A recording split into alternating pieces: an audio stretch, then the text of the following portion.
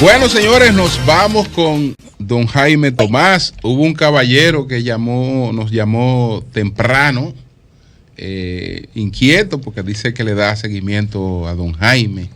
Y entonces él preguntaba si don Jaime, en sus grandes conquistas, había perdido algo de manos de algún capitaleño. En sus grandes conquistas femeninas, decía el señor. Sí. Oye, si un capitaleño le había afectado los intereses a y aguante ahora lo que le van a decir. Buenos días, don Jaime, adelante. Un abrazo. Buen día, señor Martínez Pozo. Buen día a los demás integrantes del Sol de la Mañana. Para responderle a ese distinguido oyente, debo decir que mis primeros 7 años de vida yo los viví en la capital y estudié hasta el cuarto de la primaria en el Colegio Santo Tomás de Aquino, en Santo Domingo. Y posteriormente, pues con mi mamá y mi padrastro me llevaron a recorrer el país. Él era militar. ¿Qué me pasa a mí con la capital? Primero, la mayoría de los que están en la capital no son capitaleños. Son del campo, del norte, del sur o del este. ¿Qué pasa en la capital? Que hay una fauna, especialmente en el medio farandulero y periodístico y político y otros, que tienen como norte el dinero. Y el que persigue y ama el dinero no tiene amigos. Entonces en la capital uno tiene que cuidarse mucho para saber quién es quién. Y hay gente buena y gente mala, como en todas partes del mundo. No tengo nada contra los capitaleños, no tengo nada en particular. Ahora, eso de mujeres, para quitarme a mí una mujer capitaleño, no, haciendo bulto, andando en carro de lujo que lo cogieron fiado el día anterior y que se lo quitan a los 3 meses y que se mudan de noche para que no se sepa dónde fueron a parar. No, yo con mujeres no, ahí no. Para quitarme una mujer a mí hay que tener demasiadas condiciones y eso no todo el mundo lo tiene. No importa que viva en la capital o que viva en Higüey o que viva en Suiza o New York, no tiene muchos hombres condiciones para quitarme a mí una mujer. O sea que duerma tranquilo, que ese no es mi tema. Mi tema es el hecho de que hay muchos capitaleños que son malos, que tienen mala fe, que lo que quieren es dañar al otro, que son perversos, que son mezquinos.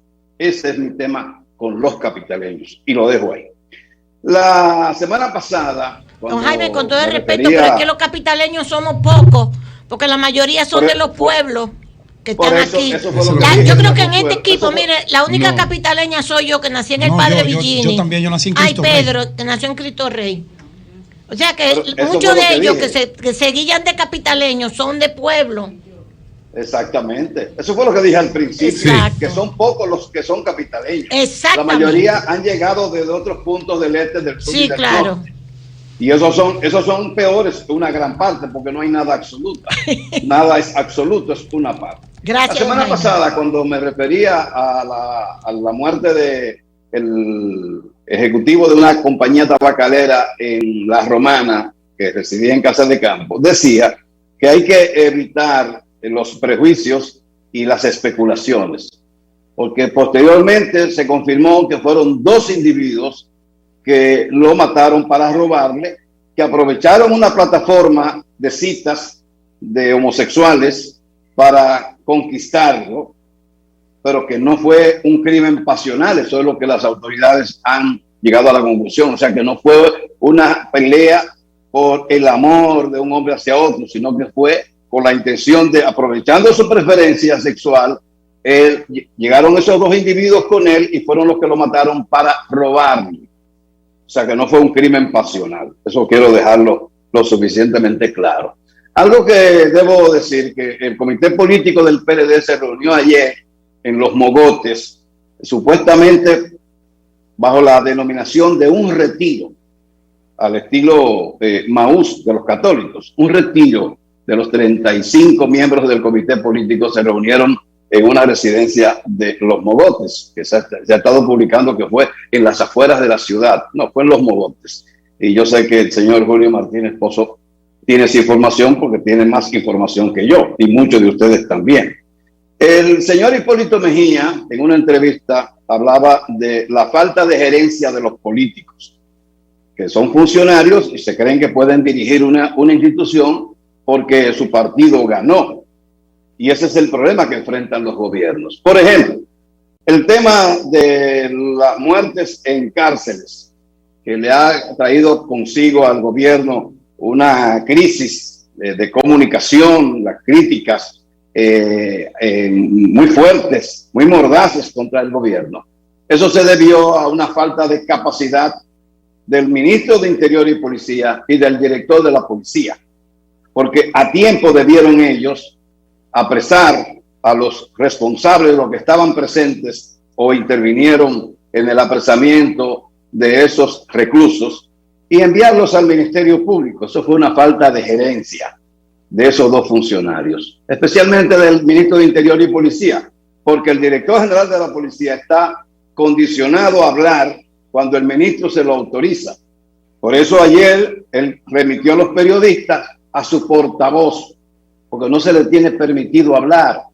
Porque el que dirige la policía es el ministro de Interior y Policía. Jerárquicamente es así, orgánicamente es así, pero esto no se había visto nunca antes, que un ministro de Interior tuviera tanto control de la policía y de su director. Esa es la realidad. Entonces, el presidente debiera cancelar funcionarios. En España acaban de cancelar a una dama que es jefa de un organismo de seguridad por unas declaraciones que produjo. El presidente debiera cancelar al director del organismo que se llama Oficina para el Reordenamiento del Transporte, OPRED. ¿Por qué?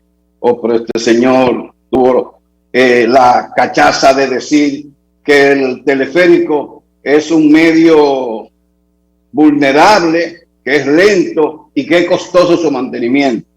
Y como funcionario público habla en esos términos de proyectos que tiene el actual gobierno, un teleférico en Santiago y un teleférico en la capital para los Alcarrizos.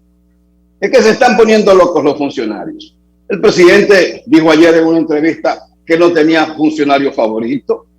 Pues si no tiene favorito, cancele funcionarios, señor presidente, para que se les respete y se respete la investidura y se respete el gobierno.